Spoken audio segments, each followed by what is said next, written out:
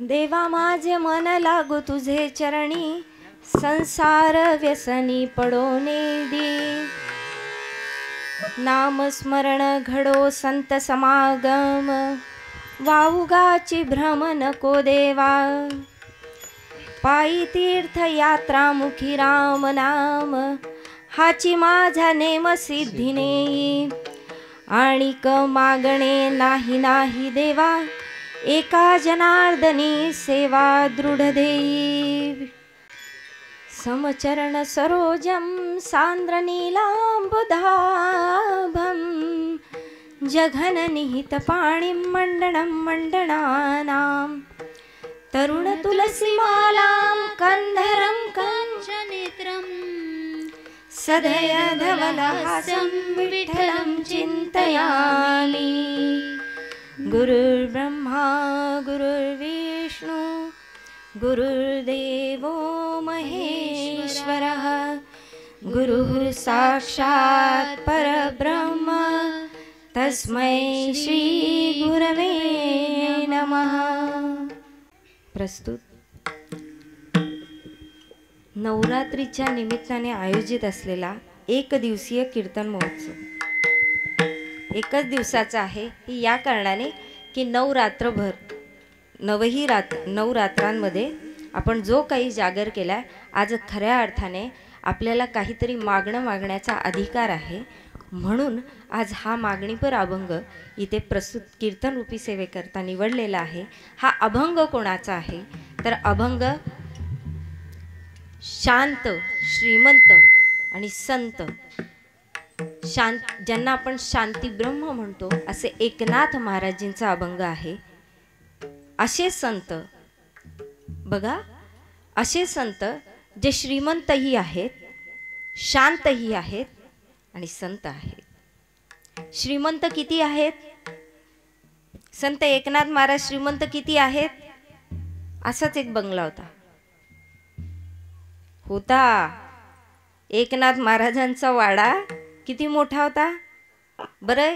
एवढं श्रीमंत फक्त लौकिक अर्थानेच नाही, तर असं श्रीमंती होती की साक्षात त्रैलोक्याचा स्वामी त्यांच्या घरी दास बनत होता। इतके श्रीमंत, रिद्धी सिद्धी त्यांच्या असायच्या, एवढे श्रीमंत आपले संत एकनाथ महाराज। आणि शांत किती? तुमच्या माझ्यासारखे है ना। एक वाक्य आपण बोललो की त्याच्या बरोबर किती वाक्य ऐकायला मिळतात? 10 कमी आहे 100 है ना। आपल्याला कसं बनायचं माहितीये? Goat. We have to be a goat, not a ship. समजतंय का? है ना। हाँ, काय नाही समजलो, काय नाही समजलो है ना। आपल्याला भेडचाल नाही करायची। मेंढ्या जाताना कधी पाहिल्यात का तुम्ही? कशा जातात? एका मागून एक जातातच, पण त्या कशा चालतात? खाली मान घालून चालतात। त्यांना माहीत असतं आणि ते कोणाकडे बघतात? त्या मेंढ्यांच्या सगळ्या कळपामध्ये एक बकरी असते की नाही, बकरी वर बघून चालते आणि मेंढ्या तिच्या पावलांकडे। म्हणजे जर समजा त्या बकरीने ठरवलं आज मी यांना घेऊन खड्ड्यात पडणार, तर सगळ्या मेंढ्या एकामेकाच्या अंगावर पडतील। म्हणून अध्यात्मामध्ये सुद्धा थोडासा लॉजिकली विचार पण केला पाहिजे। कारण ज्यावेळी स्वामी विवेकानंदजी सांगतात की ज्यावेळी आपण अध्यात्मामध्ये, अर्थात अध्यात्म आहे ना फक्त बुद्धीचा तर्काचा विषय नाही, पण तरीसुद्धा आपल्याला जी विवेक बुद्धी दिलेली आहे ना, आपण जे काही वाचतो ते वाचताना त्याचं अंधानुकरण करणार नाही आणि समाजासाठी कुप्रथा निर्माण होणार नाही, याची काळजी आपण घेतली पाहिजे। म्हणून संत एकनाथ महाराज किती शांत होते। मी विषयाकडून भरकटणार नाही, भरकटली तर तुम्ही मला आणाल की ज्यावेळी एक यवन जवळजवळ 108 वेळा एकनाथ महाराजांच्या अंगावर थुंकला. आणि थुंकला म्हणजे काय असंच नाही थुंकला, त्यावेळी कोविड वगैरे काहीच नव्हता, चिंता करूच नका. तो पान खाऊन थुंकला होता. आणि 108 वेळा मला गोदावरीचं स्नान घडतंय, याचं पुण्य आपल्याला मिळतंय, यासाठी त्या यवनाचे आभार मानत होते की तुझ्यामुळे मला 108 वेळा गोदावरीचं तीर्थाचं स्नान झालं. हां, त्यामुळे जर तुला अजून वाटत असेल ना, तर देवाची इच्छा असेल ना, तर आणखीन मला तीर्थाचं पुण्य मिळेल. त्यामुळे जर तुम्हाला आणखीन थुंकायचं असेल तर अजून थुंकू शकता. इतके शांत. एवढंच काय, मला एक सांगा, तुम्हाला मला माझं सोडा, तुम्हाला जर कोणी एक शिवी दिली तर तुम्ही त्याला म्हणाल मला अजून दे ना 4-5, बरोबर ना? बोलू ना आपण? बोलू? नाही बोलणार? हां, इतके शांत आपल्यासारखेच है ना. म्हणजे एकनाथ महाराज एवढंच नाही तर त्याचं जे तोंड पोळलं होतं ना कात आणि चुन्याने, त्याला गुलकंद भरवत होते. एवढे शांत. आणि शांत म्हणजे केवळ मात्र असं नाही की तू एका गालावर मारलं मी दुसरा गाल पुढे करेन, नाही, त्याच्या मनातली भगवत भक्ती जागृत करण्याचं कार्य केलं. यवन अंगावरी थुंकला, प्रसाद देवने मुक्त केला, प्रसाद देवने मुक्त केला, प्रसाद देवने मुक्त केला. यवन अंगावरी थुंकला, प्रसाद देवने मुक्त केला, प्रसाद देवने मुक्त केला, प्रसाद देवने मुक्त केला. यवन अंगावर थुंकला, यवन अंगावर थुंकला, यवन अंगावरी थुंकला, यवन अंगावरी थुंकला, यवन अंगावर थुंकला, यवन अंगावर थुंकला, यवन अंगावरी थुंकला, यवन अंगावरी थुंकला. प्रसाद देवने मुक्त केला, प्रसाद देवने मुक्त केला, प्रसाद देवने मुक्त केला, प्रसाद देवने मुक्त केला. यवन अंगावर थुंकला, यवन अंगावर थुंकला, यवन अंगावर थुंकला, यवन अंगावर थुंकला, यवन अंगावरी थुंकला, यवन अंगावरी थुंकला, यवन अंगावरी थुंकला, यवन अंगावर थुंकला. यवन अंगावरी थुंकला, प्रसाद देवोनी मुक्त केला. एवढे शांत. आपला स्वभाव काय, आमचे गुरु महाराजजी एकदा पूर्वी, आम्ही सुद्धा थोडेफार तुमच्यासारखेच होतो ना. कधीतरी जर कधी कॉलेजमध्ये जाताना किंवा कुठेही काही थोडंसं झालं ना, एकाने कोणीतरी एक ताना जरी कसला, अर्थात एक कोणीतरी टॉन्ट मारला की आपले 1000 टॉन्ट तयार असतात, बरोबर ना. मग एवढा असताना सुद्धा आमच्या गुरुदेवजींनी एक दिवस आहे ना 5-6 दिवस वार्ताच केली नव्हती. जेव्हा त्यांच्या शिष्यमंडळींचा काही स्वभाव त्यांना पटला नाही, त्यावेळी बराच वेळ झाला, दर्शन मिळत नाही, काही नाही, म्हणून एकच फक्त विचारलं, महाराजी क्या कोई गलती हो गई है हमसे? महाराजी त्यावेळी एवढंच बोले, इंसान बनना है इंसान, बम नहीं बनना, जो काडी लगाते ही फट जाएंगे.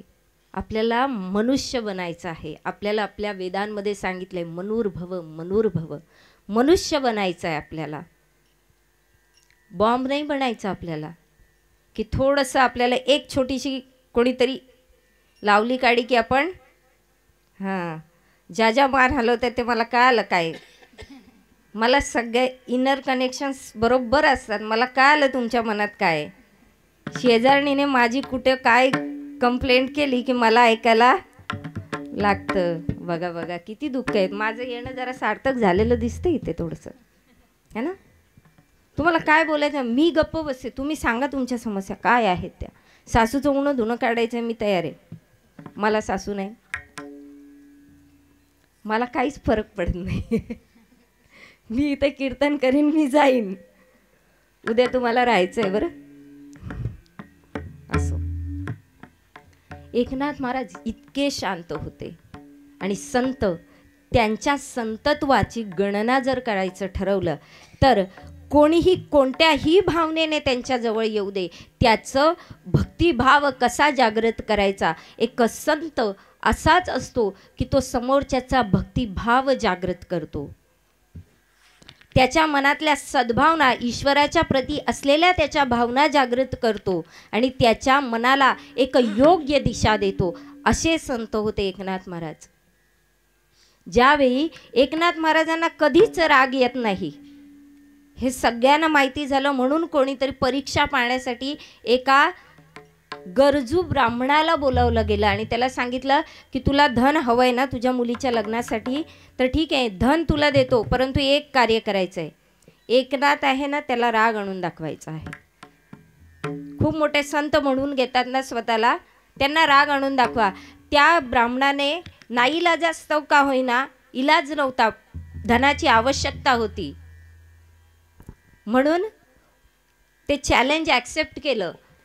आणि एकनाथ महाराजांना राग आणण्यासाठी सर्वप्रथम कसा एकनाथ महाराजांच्या वाड्यामध्ये पाऊल ठेवताना त्याने विचार केला, महाराजांना राग तेव्हा, एक भक्त हृदय असलं, भक्ताला राग केव्हा येतो? आहात का तुम्ही भक्त? भक्ताला राग केव्हा येतो? ज्यावेळी त्याच्या आराध्याचा अपमान होतो.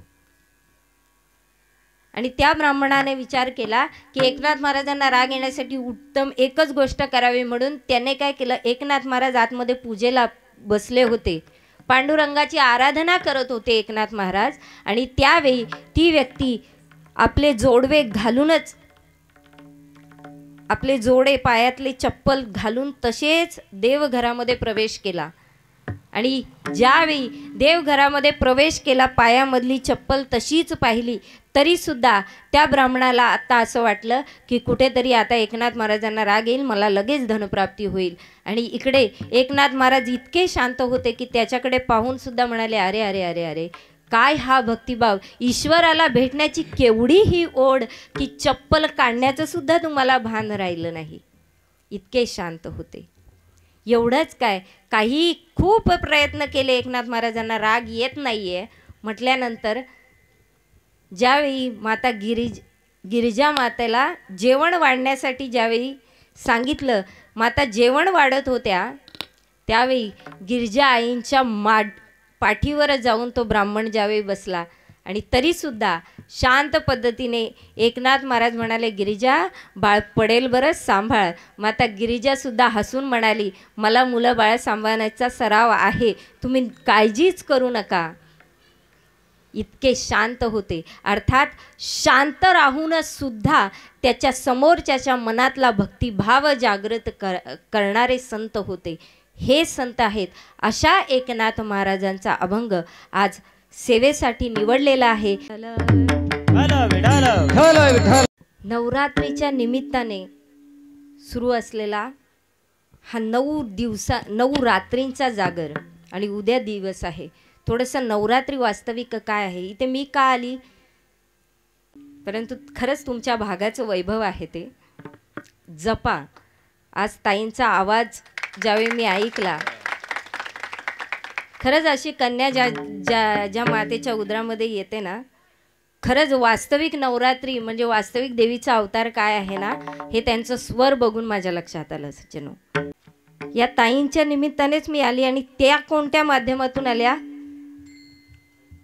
त्यांचा आणि माझा संपर्क हरिभक्तीपरायण कैलास महाराज निचिते त्यांच्या माध्यमातूनच कदाचित मी इथे आलेली आहे.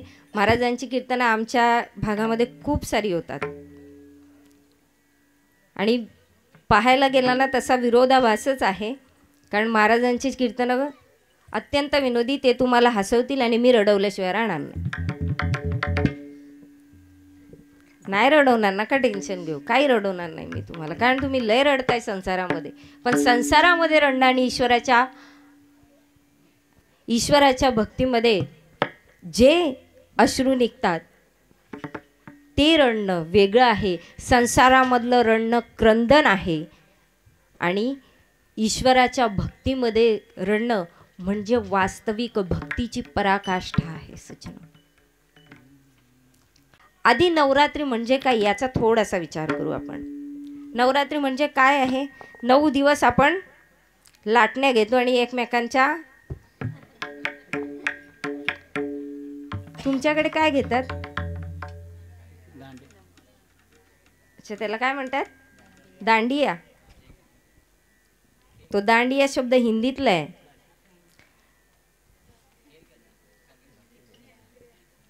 टिपऱ्या. आता टिपऱ्या असो, मग त्या काय करता? एकमेकांच्या डोक्यात घालता ना रात्री. सकाळपासून जो काही राग असेल फुल करता का? मग काय करता? मी नवरात्री, आमचा नाचण्याचा काय कसलाच संबंधच येत नाही कधी, पण मला नाही माहिती नवरात्रीत काय करतात. तुम्ही मला आता सांगा, काय करतो आपण नवरात्रीमध्ये? फक्त नवरात्री एवढ्यापुरती सीमित आहे का? नाही. नवरात्री म्हणजे काय? 9 रात्री. 9 रात्रींवरती विजय प्राप्त करून आपल्याला दुसऱ्या दिवशी 10व्या दिवशी विजयादशमी साजरी करायची असते.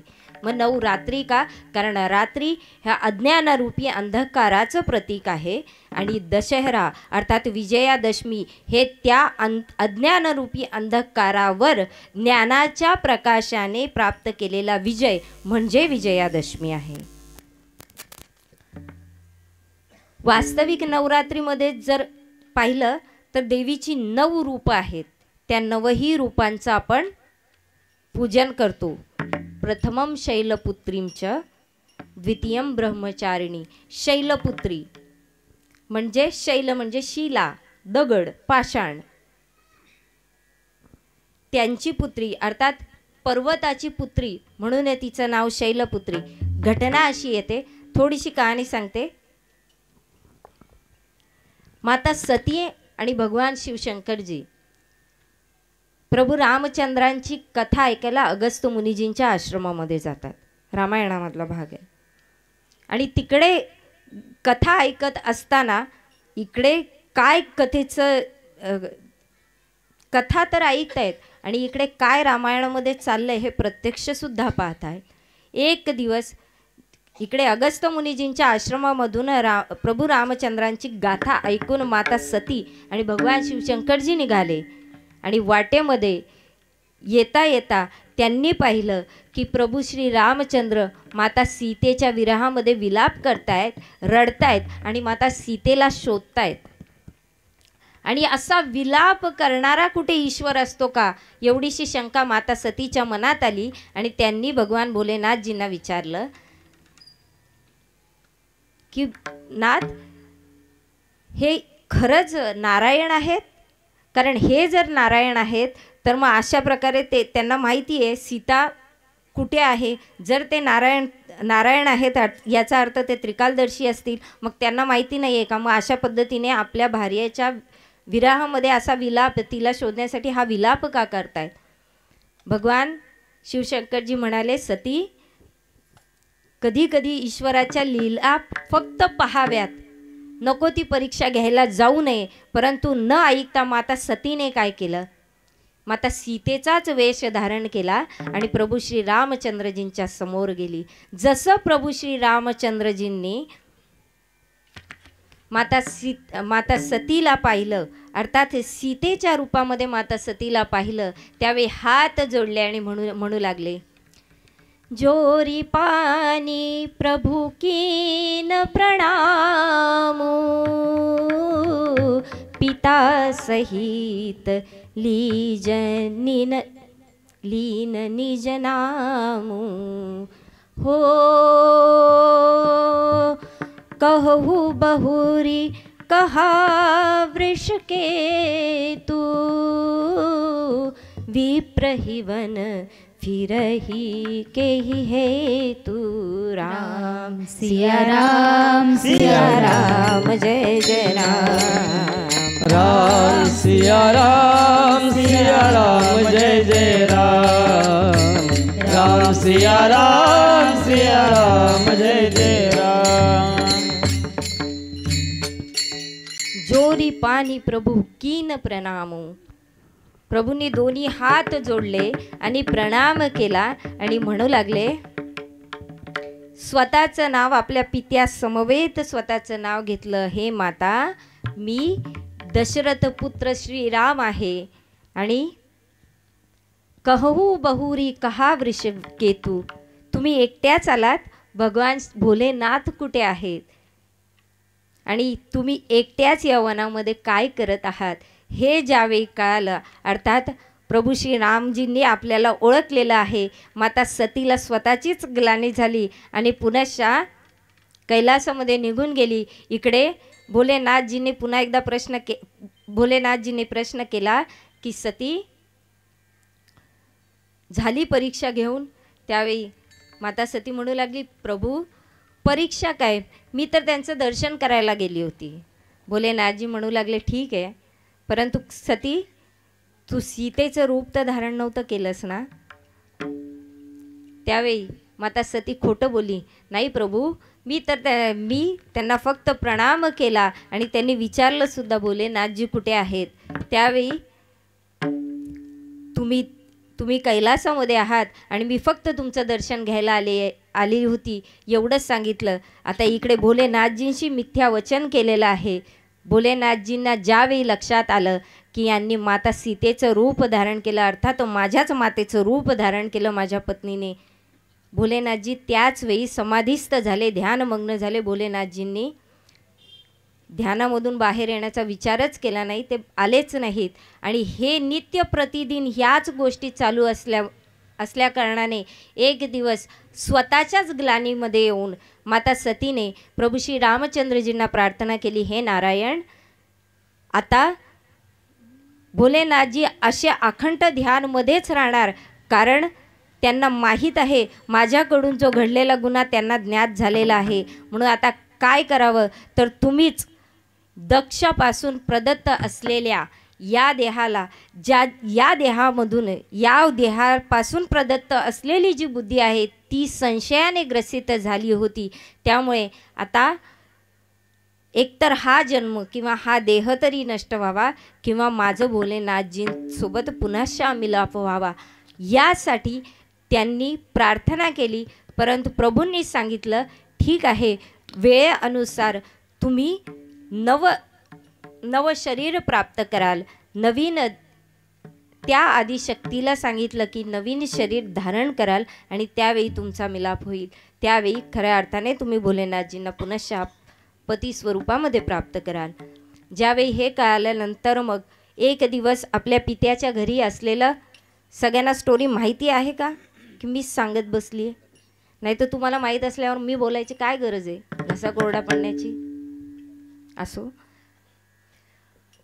मग माता सतीने ज्यावेळी सगळे देवतागण सगळेजण चाललेले आहेत प्रजापती दक्षच्या यज्ञामध्ये, त्यांनी एक यज्ञ ठेवला होता, त्या यज्ञामध्ये सगळेजण चालले आहेत. परंतु त्याच वेळी काही देवतांना थांबवून विचारलं की तुम्ही कुठे चाललेला आहात, ही सगळी विमानं माझ्या पित्याच्या घराच्या दिशेने जात आहेत, नक्की कुठे चाललायत, काय चाललायत. त्यांनी सांगितलं असं यज्ञ आयोजन केलेलं आहे आणि तुम्हाला बोलवलेलं नाही का. त्यावेळी कसं बसं सावरून घेण्यासाठी माता सती म्हणाली की नाही, मला बोलवलेलं आहे, मी पण जाणार आहे. इकडे भोलेनाथजींना म्हणाले आपल्याला जायचं आहे. भोलेनाथजी म्हणाले जिथे बोलवलं जात नाही तिथे जाऊ नये. परंतु त्यावेळी माता सती त्यांच्याशी युक्तिवाद करते, म्हणते की पित्याच्या घरी न बोलवता गेलं तर काय, कशाला लाज पाहिजे, त्याच्यासाठी कशाला बोलवायलाच पाहिजे. परंतु त्यावेळी भोलेनाथजी म्हणाले बोलावलं नाही ठीक आहे, काही हरकत नाही, पित्याच्या घरी तुम्हाला जावंसं वाटतं त्यासाठी आमंत्रणाची आवश्यकताच नाही, परंतु जिथे आपल्या आराध्याचा द्वेष होतो अशा ठिकाणी जाऊ नये. तुझे पिताश्री कायम माझा द्वेष करत आलेत, त्यामुळे तिथे जाणं योग्य नाही. तरीसुद्धा माता सती तिकडे जाते, तिथे अपमान होतो. महादेवजींचा सुद्धा अपमान झाल्यानंतर स्वतःच्याच स्वरूपाची वास्तविक आपण आदिशक्ती असल्याची जाणीव त्यावेळी होते. आणि आता हा देह ज्या अहंकारी पित्यापासून प्रदत्त झालेला आहे, त्यामुळे हा देह नष्ट करावा या हेतूने स्वतःच्याच योगाग्नीमध्ये स्वतःचा देह भस्म करतात. पुढे त्याचे भगवान शिवशंकर तो यज्ञसुद्धा भंग करतात आणि त्यानंतर सतीच्या देहाचे जे तुकडे भगवान विष्णूजींच्या सुदर्शनमुळे जे जे तुकडे ज्या ज्या ठिकाणी पडले तिथे तिथे शक्तिपीठ स्थापन झाले. त्यातले 3.5 शक्तिपीठं महाराष्ट्रात आहेत आणि उर्वरित शक्तिपीठं संपूर्ण भारतामध्ये आहेत. फार त्याच्याकडे डिटेलमध्ये जात नाही. आपण प्रथमतः शैलपुत्री म्हणतोय. तीच माता सती पुढच्या जन्मी पर्वतराज हिमालयजींच्या पोटी जन्म घेते, म्हणून तिला शैलपुत्री म्हणतात. पुढे मोठी झाल्यानंतर काही दिवसानंतर ज्यावेळी त्यांना समजतं की मला भगवान भोलेनाथजींचं वरण करायचं आहे, भोलेनाथजींना प्राप्त करायचं आहे, त्यावेळी नारदजींच्या सांगण्यावरून भोलेनाथजींना प्रसन्न करण्यासाठी तप करतात, अर्थात ब्रह्माचं आचरण करतात. म्हणून द्वितीय ब्रह्मचारिणी ही दुसऱ्या दिवशी आपण ब्रह्मचारिणीची पूजा करतो. तिसरी असे 9 देवींचे प्रकार आहेत. हे 9ही देवींचे जे प्रकार आहेत हे आपल्याला आध्यात्मिक एक एक एक एक पायरी चढायला सांगतात, ज्याला आपल्या धर्मशास्त्र ग्रंथांमध्ये नवविधा भक्ती म्हटलेलं आहे. ती नवविधा भक्ती म्हणजे भक्तीचे 9 प्रकार नाही, भक्तीच्या 9 पायऱ्या आहेत. प्रत्येक दिवशी एक एक पायरी चढायची आहे. आता आध्यात्मिक अर्थ असा आहे, 9वी कोण? सिद्धिदात्री. ज्यावेळी भक्तीच्या 9ही पायऱ्या तुम्ही चढाल, ईश्वराचं ते ज्ञान प्राप्त कराल, त्यावेळी सिद्धिदात्री अर्थात वास्तविक जो सर्व सिद्धींचा दाता आहे तो तुमच्या अंतर्घटामध्ये प्रकट होईल आणि त्यावेळी नवरात्री फलीभूत होतील. 9ही रात्रींचा हा जो जागर आहे हा फलीभूत होईल. आता यानंतर आपण थोडासा आणखीन विचार करूया. 9 रात्री का? रात्रीमध्ये जागर करणं आवश्यक असतं, म्हणून आपण रात्री जागर करतो, देवीचा जागर करतो. मग देवीचा जागर कसा करतो? अनादि निर्गुण प्रगटली भवानी, मोह महिषासुर मर्दाना लागुने. निर्गुण प्रगटले भवानी, मोह महिषासुर मर्दाना लागुने. अनादि निर्गुण प्रगटली भवानी, मोह महिषासुर मर्दाना लागुने. अनादि निर्गुण प्रगटले भवानी, मोह महिषासुर मर्दाना लागुने. विविधता पाची करावया झाडणी, विविधता पाची करावया झाडणी. आईचा जोगवा जोगवा मागेन, आईचा जोगवा मागेन, आईचा जोगवा जोगवा मागेन, आईचा जोगवा मागेन. आम्ही गोंधली आम्ही आंबेचे गोंधली, आम्ही गोंधळी आम्ही आंबेचे गोंधळी. आम्ही गोंधळी आम्ही आंबेचे गोंधली. आम्ही गोंधळी आम्ही आंबेचे गोंधळी. गोविंद गोपाळांचे मेळी, गोविंद गोपाळांचे मेळी, आम्ही गोंधळी आम्ही आंबेचे गोंधली. आम्ही गोंधळी आम्ही आंबेचे गोंधली. आम्ही गोंधळी आम्ही आंबेचे गोंधली. आम्ही गोंधळी आम्ही आंबेचे गोंधली. नवरात्रांमध्ये केलेला जागर. कारण तुमच्या भागामध्ये जर साध्या गोष्टी आहेत, आपण का करतो, परंतु आपल्याला कारण काय? आपण ना कोणतीही गोष्ट करतो परंतु त्याच्या मागचं लॉजिक जाणून घेत नाही. आपण हा विचार करत नाही, नवरात्रच का सांगितलं? बाकीचे सगळे सण, आपले सगळे त्योहार, सगळे सण दिवसा येतात. फक्त 2च असे सण आहेत जे रात्री येतात. एक म्हणजे तेच पती पत्नी आहेत, महाशिवरात्री, आणि दुसरी म्हणजे नवरात्री. मग 9 रात्री का म्हटलं? 9 दिवस का नाही आपण साजरे करत? 9 रात्री याचा अर्थ, मी जर सांगितलं तुमच्या भागामध्ये चोर फिरतात तर तुम्ही कधी जागे राहणार? रात्री ना. दिवसा तुम्ही जागे राहणार का?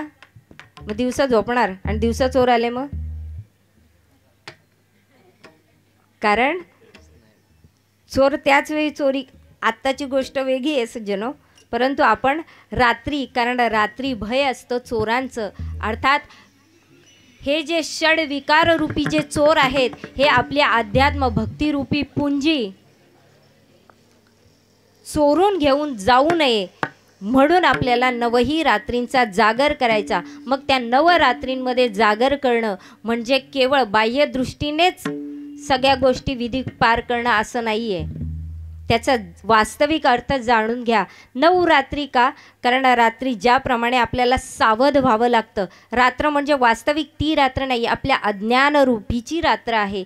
त्या रात्रीचा जागर करायचा, ते अज्ञान दूर करण्यासाठी प्रयत्न करायचा म्हणजे वास्तविक नवरात्री साजरी करणं. दुसरं म्हणजे आता तुम्ही इकडे पाहिलंच असेल, काय करतो आपण आणखी नवरात्रीमध्ये?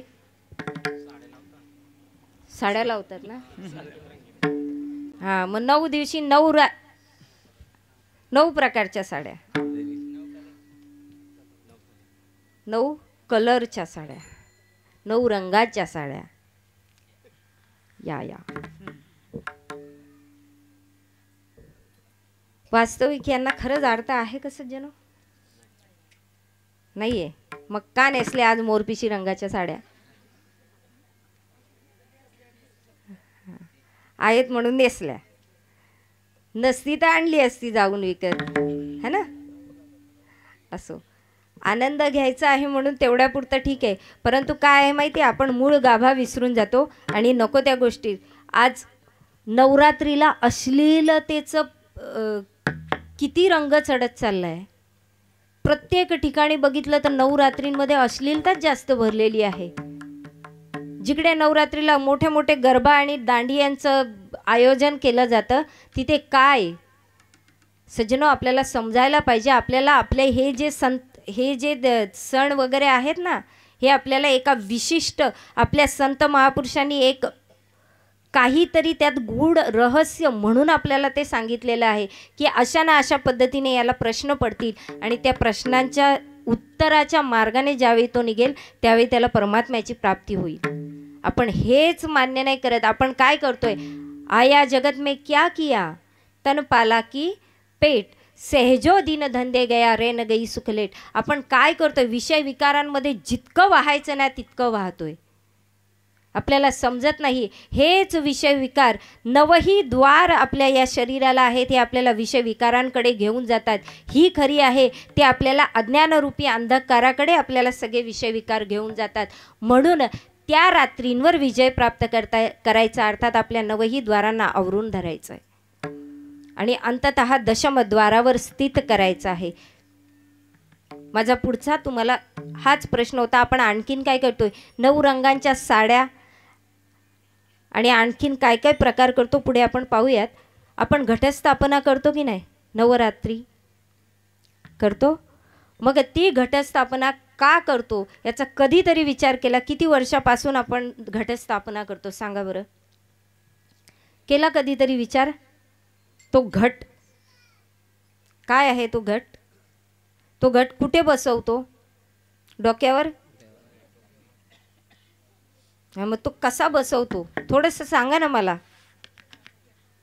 माती टाकतो किंवा रेती टाकतो, त्याच्यावर घट बसवतो. त्या घटामध्ये काय असतं? पाणी असतं. त्या पाण्यामध्ये एक सुपारी आणि एक नाणं असतं. वरून आपण प्रत्येक दिवशी एक एक माळा सोडतो. प्रत्येक दिवशी एक माळ सोडतो. ती माळ आपण खालून वर सोडतो का वरून खाली लटकवतो? वरून खाली लटकवतो. बघा, सगळ्या लक्षात ठेवा मी जे सांगते ते, कारण पुढे आपल्याला त्याचाच गूढ अर्थ जाणायचा आहे. त्या माळावरती सोडतो. अखंड 9 दिवस आपण ज्योत लावतो ना. आता मला सांगा, हे जे शरीर आहे हे कशापासून बनलेलं आहे? हां, पंचमहाभूतांपासून बनलेलं हे शरीर आहे, बरोबर. हे पंचमहाभूतांपासून बनलेला प्रत्येक शरीराची ती प्रतिकृती आहेत असं म्हणायला हरकत नाही. आपल्याला वास्तविक सांगतात, जो ब्रह्मांडे सोई पिंडे, त्याच अनुसार या शरीरामध्ये पंचमहाभूत तिथे दिसतात. तुम्ही जी माती पेरता ते पृथ्वी तत्व आहे. ते घट म्हणजे काय? या देहालाच घट म्हटलेलं आहे. या घट भीतर नवलक तारा, या घट भीतर सर्जनहारा.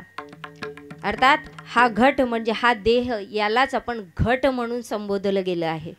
मग हाच घट आपण तिथे बसवतो, अर्थात मातीवर तो घट स्थापित करतो. त्याच्या आतमध्ये जे जल आहे ते आपल्या जलतत्वाचं प्रतीक आहे.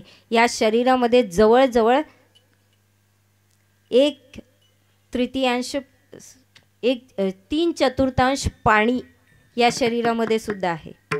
हां, अर्थात त्या घटामध्ये जल जे आहे ते आपल्या जलतत्वाचं प्रतीक आहे. जी अखंड ज्योत लावतो ती ज्योत म्हणजे आपल्या अग्नितत्वाचं प्रतीक आहे. दुसरं म्हणजे वरून ज्या माळा सोडतो त्या वरून सोडतो, अर्थात आकाशतत्व, आणि त्या माळा अधांतरी वायूच्या सहाय्याने त्या झुलत राहतात, म्हणजे ते वायुतत्व आहे. हे 5 महाभूत आले तिथे. ही घटस्थापना आहे. ही घटस्थापना जशी बाहेर करतो नवरात्रीमध्ये, तीच घटस्थापना आपण इथे आपल्या अंतरंगामध्ये केली पाहिजे. कसं? प्रत्येक दिवशी एक माळ ज्यावेळी आपण चढवतो, याचा अर्थ आपण एक या शरीराला जी 9 द्वार आहेत जे आपल्याला विषयांकडे घेऊन जातात, त्या 9ही द्वारांना आवरून प्रत्येक दिवशी एक द्वाराला आवरून धरून आपल्याला भक्तीच्या त्या 9 पायऱ्या चढून अंततः शेवटच्या दिवशी आपण ज्यावेळी उद्यापन करतो, अर्थात विजयादशमी साजरी करतो, म्हणजे 9ही द्वारांना आवरून आपली प्राणशक्ती आपल्या मूलाधार चक्रापासून आपल्या आज्ञाचक्रापर्यंत, अर्थात या दशमद्वारापर्यंत स्थित करणं म्हणजे वास्तविक विजयादशमी साजरी करणं. म्हणजे विषयांवर विजय प्राप्त करून आपल्या वृत्तींवर विजय प्राप्त करणं म्हणजे विजयादशमी साजरी करणं. समजलं? हा झाला वास्तविक घटस्थापनेचा अर्थ. आणि आपण त्या घटाच्या बाजूने काहीतरी पेरतो, आठवते का? ते सांगितलं नाही तुम्ही मला, आणि मी विसरली असती मग. हां, 18 धान्य किंवा काही तुमच्याकडे जे काही पेरतात ते. याचा अर्थ गोस्वामी तुलसीदासजी खूप सुंदर सांगतात आपल्याला. कर्म प्रधान विश्वरची राखा, जो जस करही सोई फल चाखा. राम सिया राम सिया राम जय जय राम. राम सिया राम जय जय राम.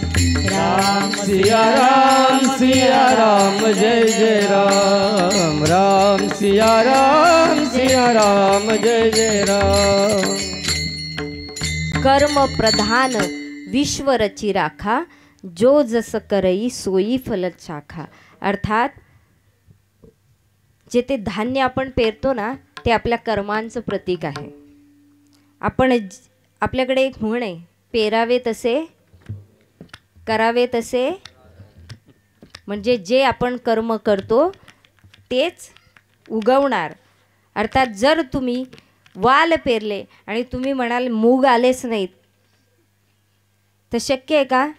मग जर तुम्ही एखाद्याला शिव्या दिल्या आणि बोलेल त्याने मला मिठाई आणूनच दिली नाही, तर ते शक्य आहे का? नाही ना. मग जसे आपण कर्म करू, कारण हे भूतलावर मातीमध्ये ज्यावेळी हा घट वावरत असतो, त्यावेळी या भूतलावर आपण जे कर्म करतो त्या कर्मांची तशीच फलश्रुती आपल्याला मिळते. कारण हा जो देह आपल्याला मिळाला ना, हा कर्माच्या सिद्धांतावर प्रभूने आपल्याला दिलेला आहे. आणि हा देह देण्यासाठी सुद्धा ईश्वराने आपल्या कर्माची सांगड बांधलेली आहे.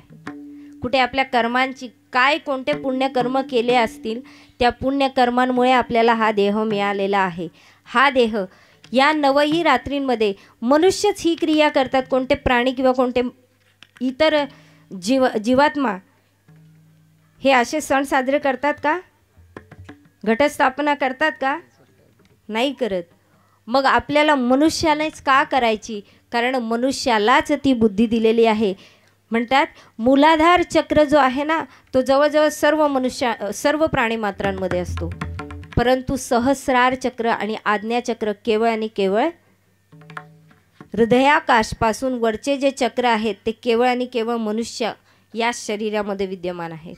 अर्थात हे फार गहन असं अध्यात्म आहे. ते जर मी तुम्हाला सांगत बसली तर प्रत्येक जणांच्या डुलक्या पडतील.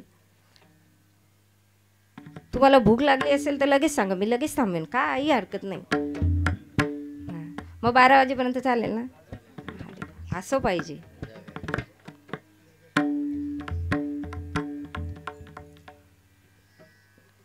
आपण जी घटस्थापना वास्तविक करतो याचा अर्थ ते बाह्य रूपानेच तिथे करायचं नाही. कर्म आपण असे करायचे की त्या कर्मांमुळे आपल्याला आपल्या ईश्वराची प्राप्ती होईल आणि त्या ईश्वराची प्राप्ती करणं म्हणजे वास्तविक नवरात्री साजरी करणं. आपण नवरात्रींमध्ये वेगवेगळ्या रंगाचे कपडे परिधान करून केवळ आणि केवळ गरबा खेळून नवरात्री साजरी होत नाही सज्जनो. वास्तविक नवरात्री ही अशी आहे आणि ही नवरात्री खऱ्या अर्थाने जर जीवनात उतरवायची असेल, एकनाथ महाराजजी एकच सांगतात की मला अशाच पद्धतीने माझ्या 9ही द्वारांना आवरून धरायचं आहे आणि अंततः विजयादशमी साजरी करायची आहे. परंतु या सगळ्यांसाठी माझ्याकडे बाकीचे सगळे इंद्रिय माझ्या ताब्यात येईल, परंतु एक इंद्रिय असा आहे जो माझ्या ताब्यात येणार नाही. त्याचं काय करायचं? म्हणून एकनाथ महाराज अभंगाच्या पहिल्या चरणामध्ये, देवा माझे मन लागो तुझे चरणी, देवा माझे मन लागो तुझे चरणी, देवा माझे मन लागो तुझे चरणी चरणी, देवा माझे मन लागो तुझे चरणी, देवा माझे मन लागो तुझे चरणी, देवा माझे मन लागो तुझे चरणी, देवा माझे मन लागो तुझे चरणी, देवा माझे मन लागो तुझे चरणी. संसार व्यसनी पडोने दी, पडोने दी, पडोने दी, संसार व्यसन पडोने दी, पडोने दी, पडोने दी. नामस्मरण घडो संत समागम, नामस्मरण घडो संत समागम, नामस्मरण घडो संत समागम, नामस्मरण घडो संत समागम. संसार व्यसने पडोने दी, पडोने दी, पडोने दी, संसार व्यसने पडोने दी, पडोने दी, पडोने दी. नामस्मरण घडो संत समागम, नामस्मरण घडो संत समागम, नामस्मरण घडो संत समागम, नामस्मरण घडो संत समागम, समागम. एकनाथ महाराज म्हणतात, माझं ते मन आहे ना देवा, ते आवरायला लागेल. कारण ते असं आहे, मी भलेही माझ्या सगळ्या इंद्रियांना आवरेल, परंतु ते मन मला माझ्या इंद्रियांना इतर पुन्हा पुन्हा विषयांकडे घेऊन जाईल. मग काय करायला पाहिजे? तर त्या मनाला एक नेम लावून दिला पाहिजे, त्याला काही नियम घालून दिलेले पाहिजेत. आणि ते नियम काय आहेत तेच या अभंगाच्या माध्यमातून संत एकनाथ महाराजजी आपल्याला समजावण्याचा प्रयत्न करतात. काय सांगतात संत एकनाथ महाराजजी? सांगतात, देवा माझे मन लागो तुझे चरणी. देवा मला आता तुझ्याकडे काहीतरी मागणं मागायचं आहे. काय मागू? तर माझं जे मन आहे ना ते तुझ्या चरणाशी लाव. का? कारण ते मन कसं आहे? मनही गोरख मनही गोविंद, मनही अवघड सोय. जो मन राखे जतन करी, सो आपे करता होय. संत कबीरदासजी सांगतात, हे मन आहे ना हेच गोरख आहे आणि हे मन आहे हेच गोविंद स्वरूप आहे. जर विचार केला, मनाने दृढ संकल्प केला, तर योग्यांचा योगी गोरख सुद्धा बनवू शकतो, ते योग साधून देऊ शकतो. आणि जर त्या मनाने दृढ संकल्प केला तर तो साक्षात गोविंद स्वरूप बनवू शकतो. परंतु जर तो मन विचलित झाला आणि विषयांकडे घेऊन गेला तर मात्र सगळं काही अवघड होईल. म्हणून तर कबीरदासजी म्हणतात, मन के मत पे मत चलिये, मन के मते अनेक. मनाच्या मतावर चालू नका, कारण मनाचे मते अनेक आहेत. मग याच मनाला कसा आवर घालायचा? संत तुकाराम महाराजजी सुद्धा सांगतात, आधी मन घेई हाती तोची गणराज गणपती. आधी या मनाला हातामध्ये घ्या, या मनावर अंकुश करायला शिका, कारण तो मनच तुम्हाला जर प्राप्ती केली तर ईश्वराची प्राप्ती करून देईल, अन्यथा तुम्हाला विषयांच्या दरीमध्ये ढकलून देईल. म्हणून या मनाला ताब्यात घेण्यासाठी काय करायला पाहिजे, तर ईश्वराकडे कसं मागायला पाहिजे. म्हणून संत एकनाथ महाराजजी सांगतात की देवा, माझं मन आहे ना इतरत्र भटकण्यापेक्षा त्याला तुझ्या चरणाकडे लाव. मग चरणाकडेच लाव असं का म्हटलं? चरण, पांडुरंगाचे चरण कसे आहेत सज्जनो? समचरण विटेवरी साजिरी. समचरण दृष्टी विटेवरी साजिरी. समचरण दृष्टी विटेवरी साजिरी. समचरण दृष्टी विटेवरी साजिरे. समचरण दृष्टी विटेवरी साजिरे. समचरण दृष्टी विटेवरी साजिरी. समचरण दृष्टी विटेवरी साजिरी. समचरण दृष्टी विटेवरी साजिरे. समचरण दृष्टी विटेवरी साजिरे. तेथे माझे हरी वृत्ती राव. तेथे माझे हरी वृत्ती राव. वृत्ती राव. वृत्ती राव. आणि गण लगे माई कपदात. आणि गण लगे माई कपदात. तेथे माझे वृत्ती राव. तेथे माझे हरी वृत्ती राव. वृत्ती राव. वृत्ती राव. हे गण लगे माई नको देवा. आणि गण लगे माई कपदात. माई